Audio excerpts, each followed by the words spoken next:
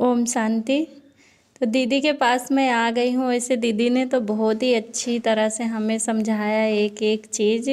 इससे मेरा पूरा जीवन ही बदल गया है। लेकिन आज मैं दीदी से बच्चों के बारे में कुछ जानना चाहती हूँ। जो बच्चे सभी के घर में हैं, बहुत ज़्यादा तंग करते हैं, परेशान करते हैं। आज दीदी आप मुझे बच्चों के लिए कुछ बताइए स्पेशल।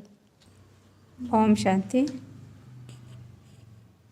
तो अक्सर माताओं बहनों की ये कंप्लेंट अक्सर रहती है कि बच्चे बहुत जिद्दी हो गए हैं, बच्चे बहुत तंग करते हैं, बहुत परेशान करते हैं और कहना भी नहीं मानते हैं। और जितना ही हम उनको किसी कार्य को करने के लिए मना करते हैं तो वो और ही ज़्यादा उस कार्य को करते रहते हैं। तो देखिए, उसमें सबसे पहले तो आपको अपनी तरफ ही देखना पड़ेगा, है ना। तो आप सबसे पहले तो ये देखें कि जब हम किसी बच्चा अगर सोया हुआ है और हम उसको जगाने की कोशिश करते हैं, तो जब आप उसको जगाने की कोशिश करती हैं तो क्या आप उसको बहुत प्यार से जगाती हैं? दीदी बस प्यार से तो नहीं जगाते, लेकिन कहते हैं उठ जा, लेट हो रहा है, स्कूल नहीं जाना, इतना तो गुस्सा दिखा देते हैं। तभी बच्चे उठते नहीं तो उठते ही नहीं है। नहीं, ये भी तो बात है। नहीं, देखो क्या है ना, क्योंकि बच्चा कहाँ से सीख रहा है, उसमें भी जो गुस्से का या जिद का संस्कार आ रहा है तो वो भी कहाँ से आ रहा है। वो बच्चा जो है वो हमारे से देखकर ही सीखता है।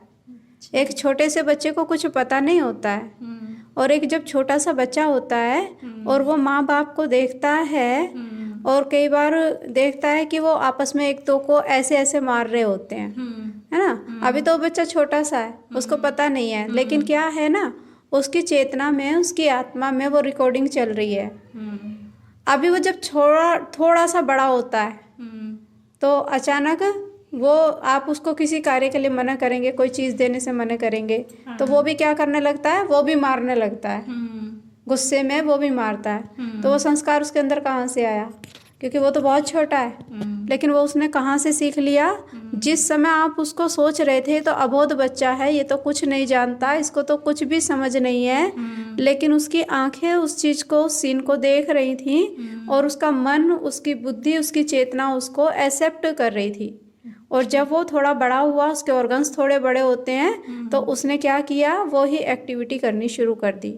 तो जब वो हमें देखते हैं कि हमारे मम्मी पापा भी तो जिद करते हैं, क्योंकि कई बार बड़ों से होता है ना, हमारे बड़े भी हमें किसी कार्य करने के लिए मना करते हैं, लेकिन हम क्या कहते हैं कि नहीं, अभी मान लिया घर वालों ने कहा भाई आज तुम्हें घूमने नहीं जाना है, आज कोई ज़रूरी काम है तो पहले ये काम निपटा लो, तो हम क्या कहते हैं, नहीं नहीं, हमें तो घूमने ज़रूर जाना है, क्योंकि हमें तो ज़रूर जाना है, हमें तो अपने मन की ही करनी है ना।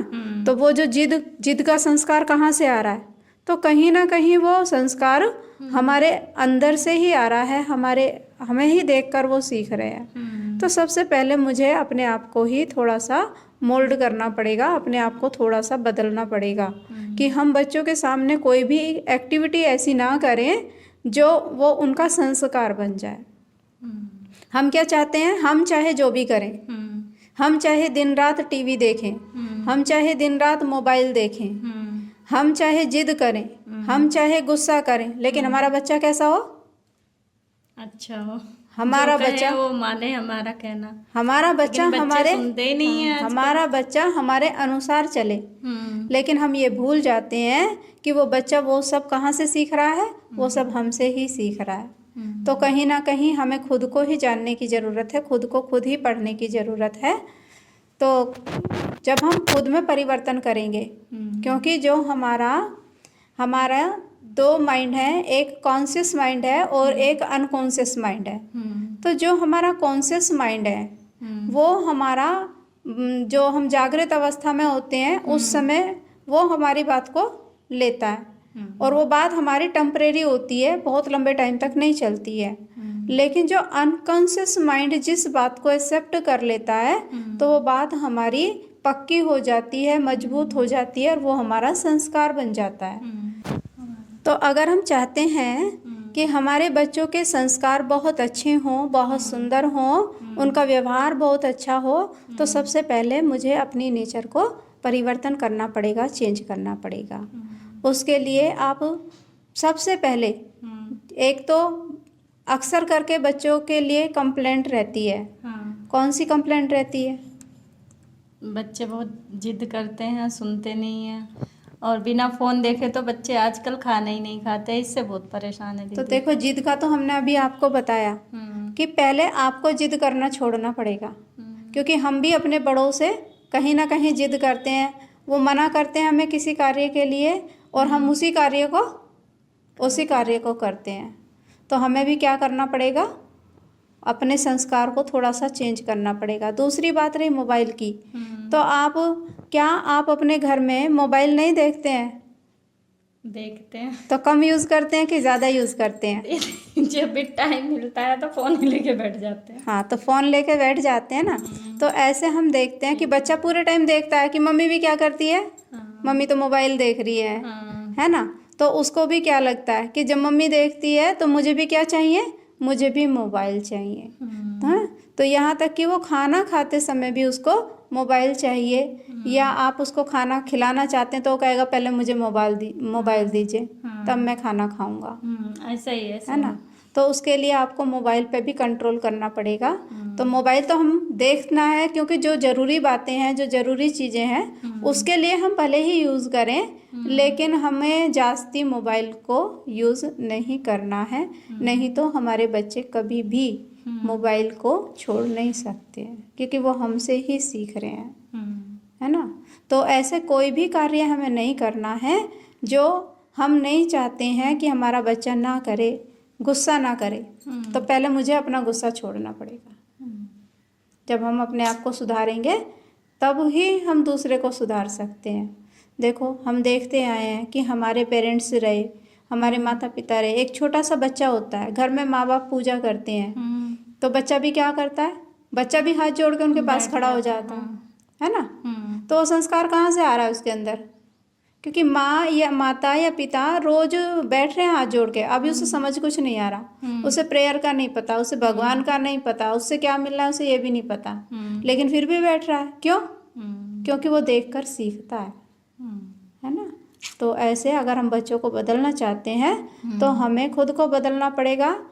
उस पर गुस्सा करने की हमें ज़रूरत नहीं। कई माताएं बहनें सोचती हैं कि अगर हम बच्चे को डांट देंगे, डपट देंगे या बहुत गुस्सा करेंगे, है ना, तो वो हमारी बात को मान लेगा, समझ जाएगा या बदल जाएगा।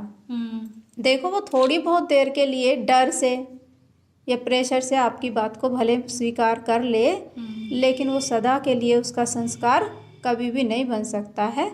तो उसके लिए आप थोड़ा सा अपने दिनचर्या को संभालें कि भाई मुझे गुस्सा नहीं करना है ना, और या फिर मुझे जास्ती मोबाइल नहीं देखना है, या मुझे अपने बड़ों का रिस्पेक्ट रखना है, मुझे एकदम जवाब नहीं दे देना है।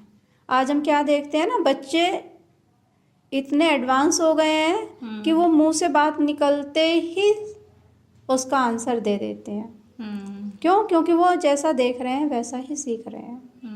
तो उसके लिए हमें खुद पहले हमें ही पढ़ने की ज़रूरत है, और जब हम पढ़ जाएंगे तो हमें देख के उनके संस्कार ऑटोमेटिकली चेंज हो जाएंगे।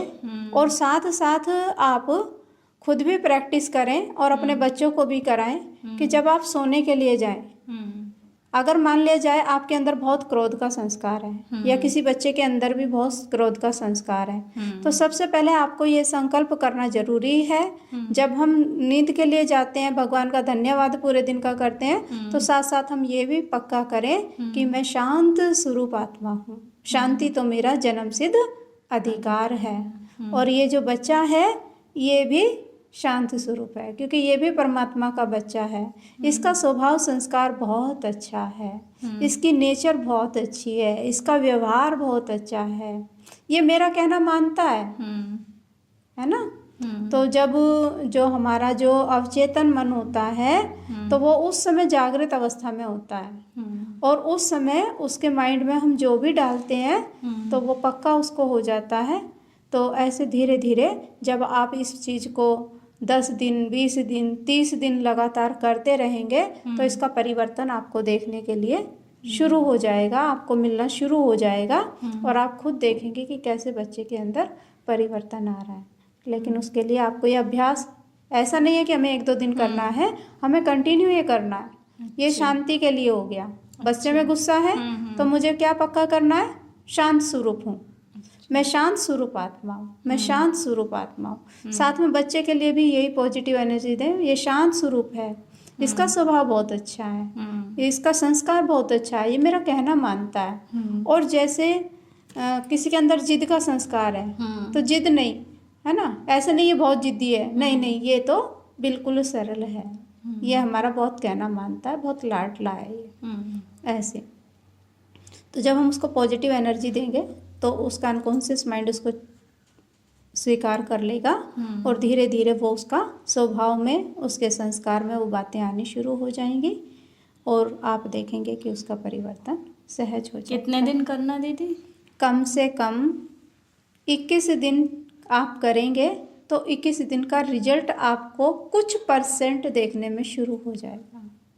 तो वैसे दीदी आज से मैं शुरू करती हूँ, मैं 21 दिन बाद फिर आपसे मिलूंगी। ठीक है, देखती हूँ कितना परिवर्तन हुआ है। हाँ, भले ही आप इसको करके देखें, हाँ, आप खुद भी अनुभव करें और फिर उसका जो रिजल्ट निकले भले आप दूसरों को भी बताएं।